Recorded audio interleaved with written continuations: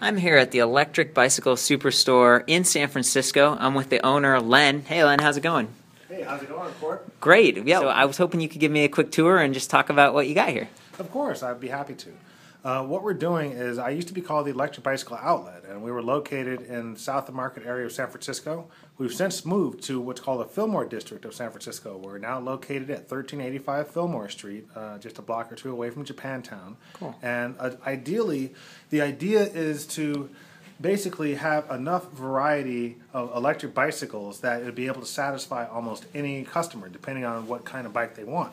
So we have everything from the very high-end, hand-built, esoteric, built to be like a retro track bike from Ace Electric Bikes out of New Jersey. Something like that is a 2,000-watt motor, and that's on the higher side of the wattage in electric bike motors, all the way down to a 250-watt motor from something like a company locally here called the Emazing Bicycle Company, where it starts around 250 watts. And the idea is that depending on what your geometry is, your ergonomics, basically what your riding style is, if you have particular things that are unique to you, like you have to carry the bike upstairs, or if you're a commuter or something like that, you want to try to match the bike with the rider.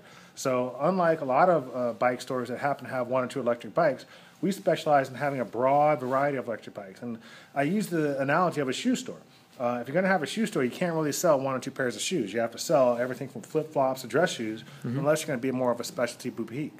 Yep. I kind of think of this more as a general store where we have everything from the small road bike with a 700C very narrow tires, which is very popular, like a fixie type bike, as well as a 29-inch wheel, which would be it's a downhill favorite right now. People like who are downhill riders like GT type bikes. They like a 29-inch wheel versus something that's more of a shopping bike that will fit someone who has just a general interest in doing, you know, shopping or going to the store, picking up kids, commuting, things like that.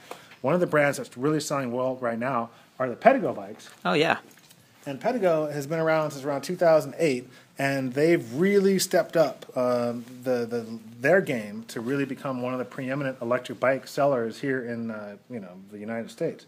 Basically, this is their Interceptor model, which one of the things that characterizes this particular bike is running at 48 volts, which is very high power, at a 500-watt geared hub motor. There's two kinds of hub motors, direct drive and geared. Direct drive simply means that there is no mechanical advantage inside the wheel. It's just motors, just magnets and coils. Whereas a geared hub motor has what's called a planetary gear set, which basically allows it to have higher torque. And torque is what you need to get up a hill. Yeah, and here in San Francisco, you got hills. We have, right where we're located especially, we're almost in a basin, so there's nothing but hills. We have Alamo Square to the right of us, basically another hill to the left of us. So hills require a special type of motor design. But there's also other types of bikes. We have the Stealth Bomber, which is a 4,500-watt motor. It retails for around $10,000. But that's a very specialized client. We've moved a few of them.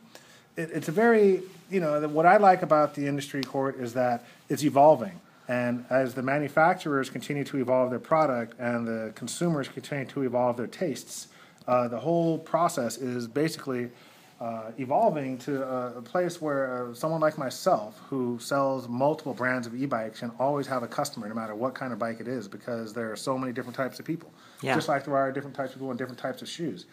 The real danger, I think, in the e-bike world is to have not too much variety, but too little variety.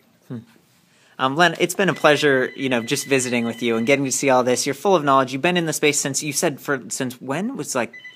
we've been here 6 weeks. So. Well, here, but no, I mean, you've been doing electric... 2002. 2002, so you're one of the early guys. My first two electric bikes I bought that I ever, what got me into the business were these two electric bikes over there called a Merida Power Cycle. And the great thing about the Merida Power Cycles was that they had high enough torque, even though they used lead-acid batteries, but it was like 2002, so there wasn't lithium-ion batteries on the market yet. Well, and you've still got them, and that's one of the other things you offer here is service. So you get a bike here, whether you've got it here or not. This is a great resource for the community. You've been doing it for a long time. You really know your stuff. I learned a lot today. So thank you so much for this, Len. It's the Electric Bicycle Superstore in San Francisco. Check it out. Thanks. Thank you.